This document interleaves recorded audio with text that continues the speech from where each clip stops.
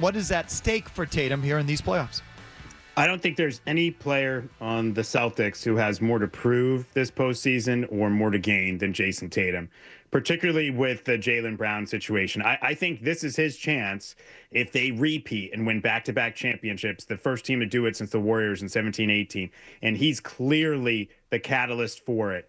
It's his chance to separate himself and say, no, people like me were wrong. It's not about the tandem. It is about Tatum. And I think the reason for that is if you go back and look at his numbers in the postseason last year, 42.7% field goal percentage, 28.3% from three. The other numbers are good. The rebounding was great, 9-7. The assists, 6-3, 25 per game. Go look at those numbers and then look at his 2022 postseason numbers. They're remarkably similar, except for he shot about 10% better from three. And so that wasn't good enough for them to win the championship in 2022 against Golden State, but it was good enough last year. Why? The team around him got better. So you can't point and say, well, they got over the top because Jayson Tatum got better. You can make that case, but it's not definitive. And frankly, it's a much better, much clearer case to make that it was the team around him that got better, that it was bringing in, I know Porzingis only played 7 of the 19 games, but it was bringing in Porzingis, it was bringing in Drew Holiday, who was great. Derek White improved.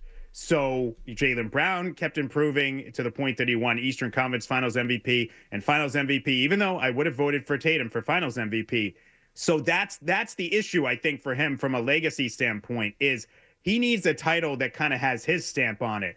Last year, they won the title. He was the number one guy, but they won the title with Jayson Tatum, not because of Jayson Tatum. This year, he has a chance to prove definitively, no, we won it this time because of me, because of JT. You know, many Celtics fans would dispute the whole notion that he has anything to prove.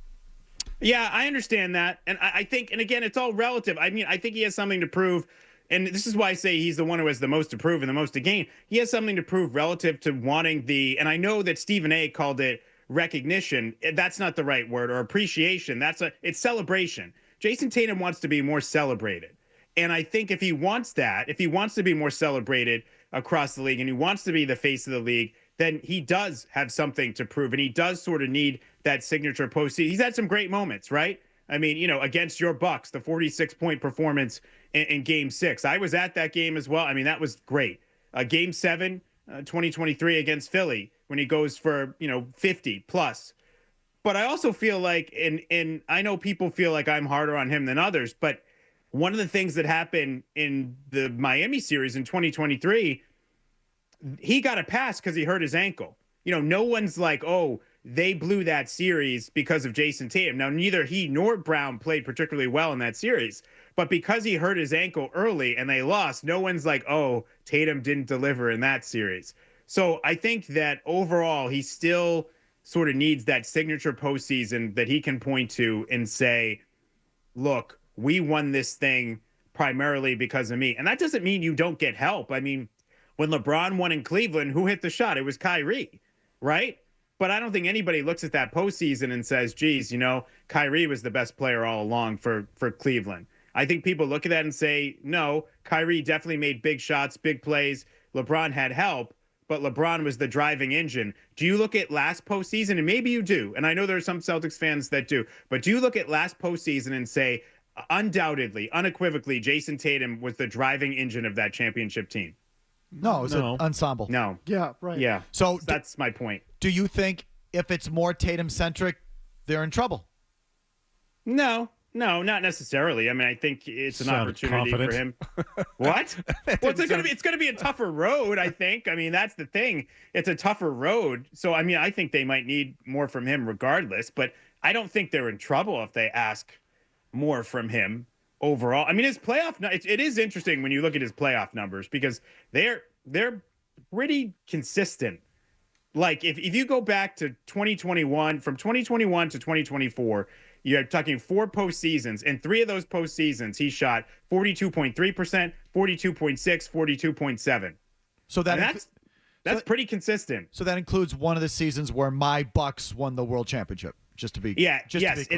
Yes, it includes 2021 when Jaylen Brown was not available and they got bounced in 5 games by the Nets. He shot 42.3%. No, I'm just saying, because you like to bring up that Tatum game in Milwaukee against my Bucks. So I just want to make sure if we're still talking about it's a fair Bucks point. that we're coming off the championship. It's a fair point. It's just that Felke, you just look so sad and crestfallen on the plane. And that's something I'll never be able to get out of my mind, is how sad you were on the plane when we had to fly home. So it was a tough one. There's a lot of scar tissue there, Chris. I mean, I'll say this to Chris's point. Like, given the way that, independent of the Brown issue, his health, given the way Tatum has played this year, if his numbers fall back in line with what he's been in the postseason in other years, then that's a playoff problem. Like, this is the year, Chris, correct me if I'm wrong, but this should be the year. I think he played the best basketball of his career this year. I think it's pretty apparent that he's sort of, he's kicked it up half level, a notch, call it whatever you want, but I think he's played the best basketball of his career. If he were to regress in the playoffs, doesn't that suggest there's a playoff problem? To a degree. I mean, it's just, his numbers are still very strong in the playoffs. You know what's interesting? Because you brought that up. It is interesting. Everybody says this is the best season of his career. And I think they cite the assist and the 6.0 very impressive. But if you look at this year versus last year, his field goal percentage is down, his three-point percentage is down, his free throw percentage is down. His points per game are basically identical. I also was in that basket of this is the best season of his career, but are we just basing that off of the fact it's the best distributing season of his career? Because the shooting, he's never attempted more three-pointers per game in a season. He's up to 10.1. The three-point shooting percentage is down more than, basically 3 points from last year. His overall field goal percentage is down. His free throw attempts are down. And his minutes are up. So where are we getting this? I agreed with you, Maz, until I started doing a little more research. But where are we getting this default? This is the best season of his career. Is it because it's the best all-around season, or is it actually the best season, the best he's played? No, so look, I think the shooting's only a part of it. Like, I hate guys that are, I shouldn't say hate. Okay, that's a little strong. But I don't, there are a lot of guys who can shoot a lot and score.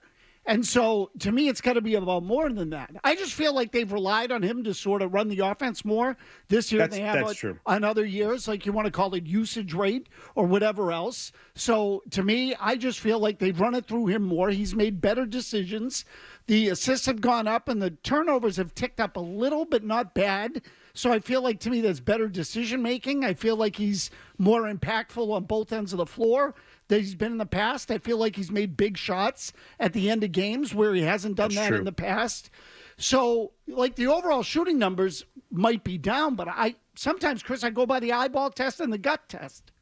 That's fair. I would just say, and I was in that basket with you until I started to look at some of the numbers, and then I'm like, wait, are we making that mistake of, because he's playing differently, he's playing a way we've never seen him play, which is his distributing is at an all-time high and has been fantastic, that because it's something we haven't seen from him before or something different, immediately that means it's better or the best he's ever been, when it might just be that he's been a different player this year, which is growth and is great, but that might not be his best season. All right. Are you going to pick this up tomorrow, Gasper and Murray? Yeah. Celtics Hour? More of Chris telling you, the audience, that Jayson Tatum's not as good as you think. So, yeah. Very subtly, but I do, that's definitely the tone. Thank you for coming on, as always, Chris. We appreciate it.